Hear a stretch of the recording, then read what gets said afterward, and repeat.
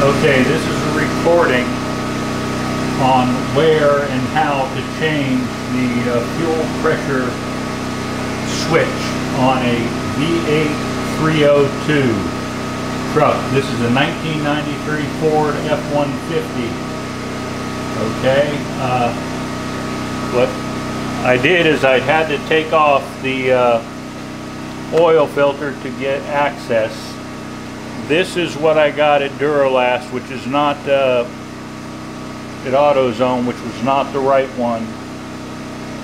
This unit failed, and if you take a look at it, I'm spinning this off. The failure mode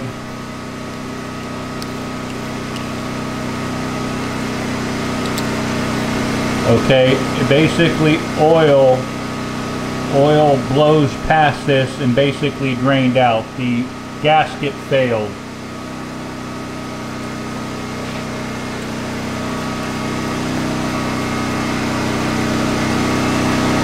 Okay.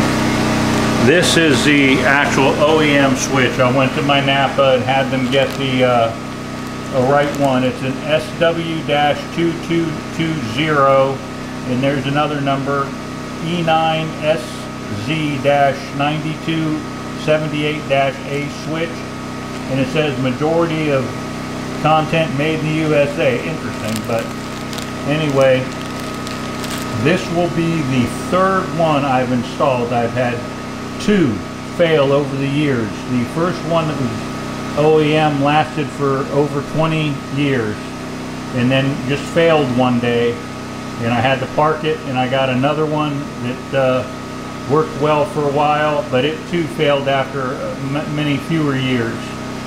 But so this is the one I'm going to install, and I'm going to show you the location here shortly. Okay, quick mention of the tools that you're going to need. To remove the oil filter, I needed a wrench,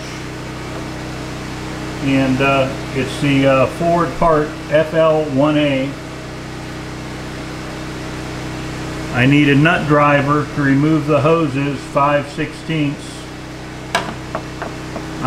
This is a tool designed to remove the fitting. And right there you can see this is a 1 1/16, and it has a dash because it's designed, if you can see in there, it's designed with different sizes. This is a tool that's designed for certain types of sensors. And then just a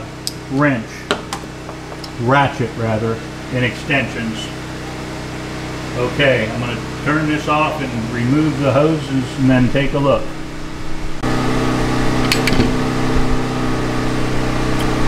Okay, the best way to describe where this is you see the manifold. You see, first of all, the closest thing is on the driver's side is the master cylinder reservoir. You look farther down, you'll see the rusting exhaust manifold that's there. As you look farther down, what you'll see is the oil pan. If you come up from the oil pan, you'll see the filter was right there, and the device that we're trying to remove is basically next to it. There are two holes, and that's it right there. And I'll try and get a better picture of it. I'm going to need to remove. I'm going to remove the intake, the two cables, hoses that interface. Next, I'm going to remove that and then see if I can get a better angle. And I'm sorry about that, but it's the best I can do. I'm also sorry about the generator, but I need electric here. It drives all the lights. A beautiful day here. All right, if you take a look here, you can see that the dash is apart and stuff, and the reason that is I was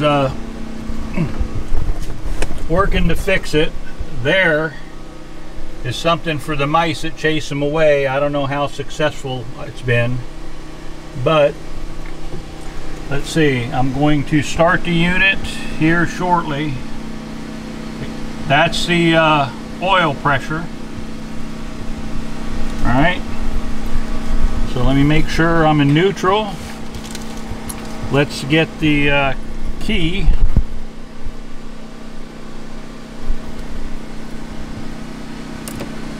Okay, there we go. The right key, I'm going to push down on the clutch. We're in neutral. We're going to crank. Here we go.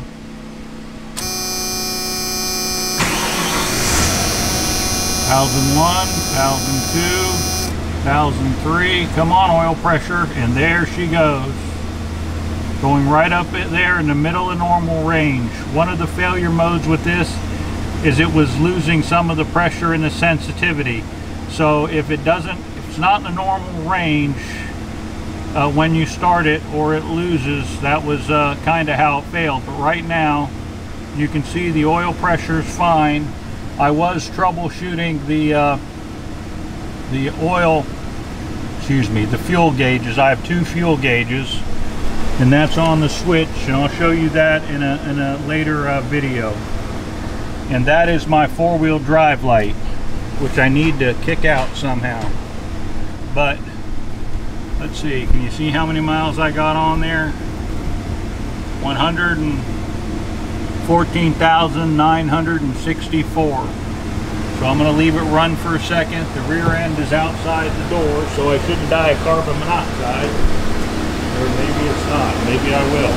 Anyway. Okay. I don't see any leaking at the moment.